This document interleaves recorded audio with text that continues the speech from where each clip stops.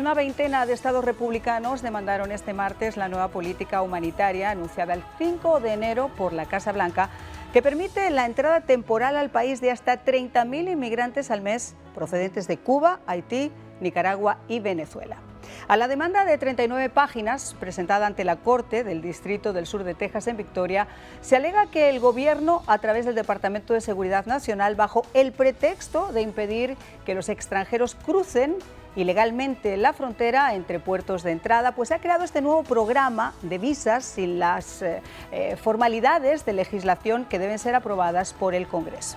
Como recordarán, saliendo al paso de las críticas por el caos en la frontera sur, el presidente Biden anunció la extensión del programa de parol que ya desde el mes de abril se aplicaba a venezolanos y a ucranianos con el objetivo de frenar el ingreso ilegal de cubanos, haitianos y nicaragüenses, que además en los últimos 2 años ha registrado récords históricos, y permitir solo su entrada de forma temporal mediante un patrocinador. Un patrocinador estadounidense o quizá pues un estatus de permanencia legal aquí en los Estados Unidos. Los 21 estados demandantes, sin embargo, argumentan que el plan de Biden, a quien culpan de esta crisis sin precedentes por su política de puertas abiertas, lejos de resolver el flujo migratorio, pues es una burla que permitiría a cientos de miles de inmigrantes solicitar el ingreso a Estados Unidos desde sus propios países y lograr, según dicen, una entrada que de otro modo no tendrían base legal, dejando en duda si después además tendría la capacidad para poder expulsarlos cumplidos los 2 años. Los fiscales señalan, según el escrito, que Homeland Security ha excedido su autoridad para conceder este tipo de visados, que es limitado y que ha sido restringido por el Congreso varias veces, porque solo puede ser usado por casos de uno a uno, por caso a caso, por razones humanitarias urgentes o por un beneficio público significativo, por lo que consideran que este plan falla categóricamente en estos 3 aspectos mencionados. Hoy, aquí en El Espejo, servida la controversia, lo analizamos con nuestros expertos. Bueno, pues sin más dilación le presento a nuestros invitados de esta noche. Tom Fabricio, representante estatal. Muy buenas noches, senador. Muchísimas gracias por estar con nosotros. Hola, Marian, gracias por invitarme. Y se encuentra también con nosotros Jesús Novo, de la firma Gallardo Law Firm. Muchísimas gracias por acompañarnos. Muchas gracias. Buenas noches, Marian.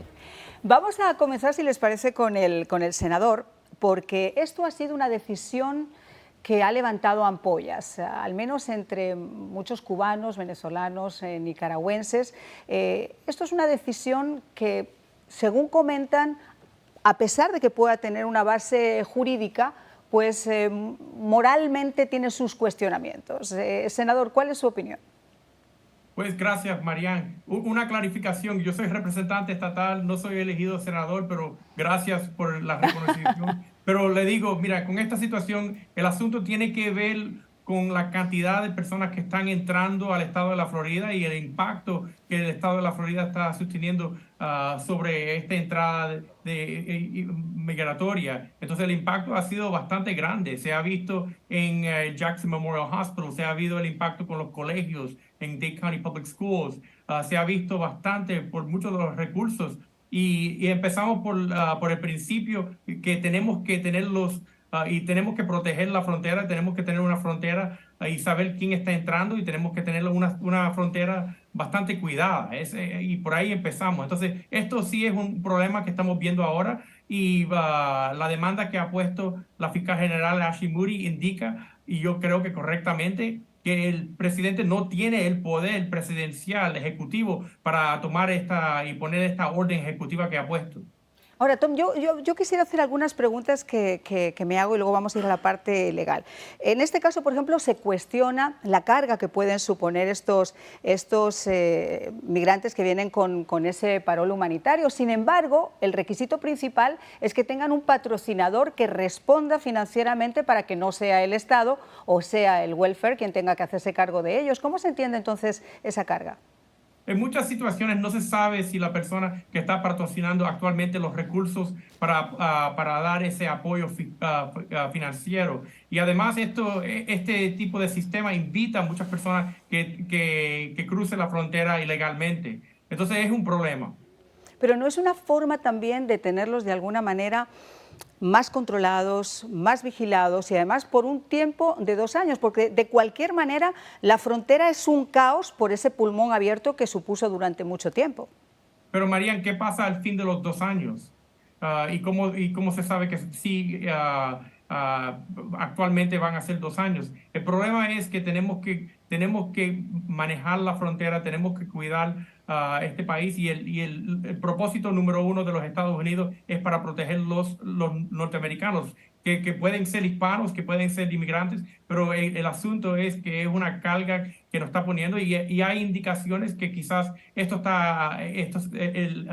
asunto de inmigración que estamos viendo en estos días es algo orquestado por el régimen cubano. Ese es un punto muy interesante, pero obviamente esta decisión, abogado, ha sentado una cierta controversia, ¿no? Primero porque hay quienes están de acuerdo en que quizá hay fallos legales, pero quienes de repente veían una posibilidad de tener a esas personas en Cuba, en Nicaragua, en Venezuela cerca, acogiéndose a una vía legal, al menos por 2 años. ¿Qué va a pasar con esas personas que están en trámites en estos momentos? ¿Qué pasaría si finalmente un juez decide poner en pausa este proceso? Bueno, Marian, esperamos que si se decide ponerle un paro a esto, si el juez entra a lo que se llama un stay, o sea, una suspensión de este programa, pues las personas que ya hayan aplicado no sean afectadas. Todo el que haya sido aprobado no sea afectado. Usualmente las reglas en los Estados Unidos es que las leyes no se aplican retroactivamente. Y si tú tenías la intención y tenías la esperanza de que ibas a tener un beneficio, pues no es justo, ¿no?, que ahora de pronto te corten ya cuando tú lo habías hecho con toda intención. Me parece que si se entrara esa suspensión sería a partir de ese momento, nadie más podría aplicar. Claro, pero el tema que hay otro problema añadido, y yo decía que por eso se sentaba la controversia, porque también hay muchas personas, muchos cubanos, muchos nicaragüenses, muchos venezolanos que se acogieron a la vía legal de solicitarlo y que en el caso de los cubanos, por ejemplo, esos procesos estaban no congelados, pero muy dilatados. Entonces, esa reclamación familiar que estaba en proceso por años, ellos han visto cómo se les ha saltado y cómo ha habido mucha gente que ha llegado de un día para otro. ¿Es eso también justo para ellos? Sin duda, aquí hay un problema de que estas personas se van a sentir un poco frustradas porque han esperado legalmente, ellos se han puesto en la fila y no han tratado de cruzar la frontera, como han hecho cientos de cubanos, miles de cubanos en todos estos meses pasados. Sin embargo, este proceso sí de alguna forma que lo hace algo organizado. O sea, la frontera ha parado. Los medios de prensa han reportado que un 97% de los cubanos, nicaragüenses y haitianos han bajado desde que se anunció esto. Claro, es que hay aquí exactamente, o sea, el tema es que el que trate de cruzar en este momento va a ser deportado y además con un castigo de 5 años para no volver a ingresar en este país. Quiero decir, ahora sí hay unas ciertas reglas para aquel que las incumpla. Correcto, lo cual está haciéndolo organizado. O sea, las personas que piden este parol definitivamente se están saltando a todos los que habían hecho su fila normal, que habían hecho sus procesos legales por años, tal y como tú decías. Pero en realidad yo no veo nada malo en esto. O sea, me parece que hay una oportunidad de parar, de frenar ese flujo que había en la frontera. La frontera estaba más organizada. Definitivamente no veo nada negativo. Tengo que discernir un poco que la frontera está organizada. Justo esta mañana en la reunión de redacción yo estaba proponiendo hacer adicionalmente el tema de la frontera sur, donde los carteles en el día de hoy y en el día de ayer, por ejemplo, han librado ataques violentos en la misma valla. Es decir, lo que estamos viendo es que nos están ganando esa guerra contra el narcotráfico. Ellos están tomando el control de la frontera, muy cerca además de nuestro estado. Representante, ¿cuál es su opinión sobre esto? Mira, tenemos que proteger la frontera. Me preocupa bastante lo que está haciendo la administración de Joe Biden, que simplemente parece que específicamente con Cuba quieren seguir implementar la política que tenía la administración de Obama. Entonces ellos siguen con esa política de seguir negociando. Mira, el inicio de lo que está pasando en Cuba tiene que ver con el hecho que Cuba, como un país, está bastante y casi totalmente quebrado. Pero nosotros vimos eso en julio del año 21, cuando vimos las resistencias de los jóvenes. Yo y varios otros miembros de la legislatura mandamos una carta al presidente pidiendo que el presidente tome acción y apoye a los cubanos, no hicieron nada. El año pasado, en el junio del 22, la legislatura de la Florida en total mandó una resolución a la Casa Blanca y todos los miembros del Congreso pidiendo apoyo para el pueblo cubano, no el gobierno cubano, no el régimen, el pueblo, y no han hecho nada. Lo que quiere hacer Biden es simplemente seguir las políticas de Obama, que son un fracaso y no se pueden administrar. Eso, y de tener la frontera abierta como ha hecho, es un gran problema que tenemos aquí.